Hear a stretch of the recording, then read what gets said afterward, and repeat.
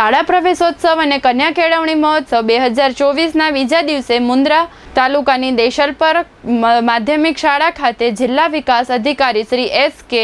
પ્રજાપતિની અધ્યક્ષતામાં 47 બાળકોને શાળામાં પ્રવેશ કરાવાયો હતો। આ પ્રસંગે જિલ્લા વિકાસ અધિકારી શ્રી બાળકોને જણાવ્યું હતું કે શિક્ષણ એ જીવનનું મહત્વનું સોપાન છે, ત્યારે શિક્ષણ અંગે ગંભીરતા દાખવીને દરેક બાળકે ઉચ્ચ શિક્ષણ મેળવવું જોઈએ। આ તકે તેમણે વધુમાં જણાવ્યું હતું કે શિક્ષણ એ માત્ર કારકિર્દી માટે નહીં પરંતુ કેળવણી માટે જરૂરી છે। આ તકે તેમણે વાલીઓને સરકારની વિવિધ યોજનાઓના લાભ લેવા માટે અનુરોધ કર્યો હતો।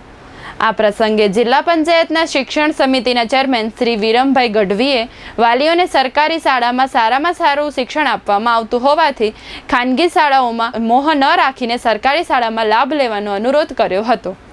આ પ્રસંગે શાળાના તેજસ્વી બાળકોનું મહેમાનોના હસ્તે સન્માન કરવામાં આવ્યું હતું।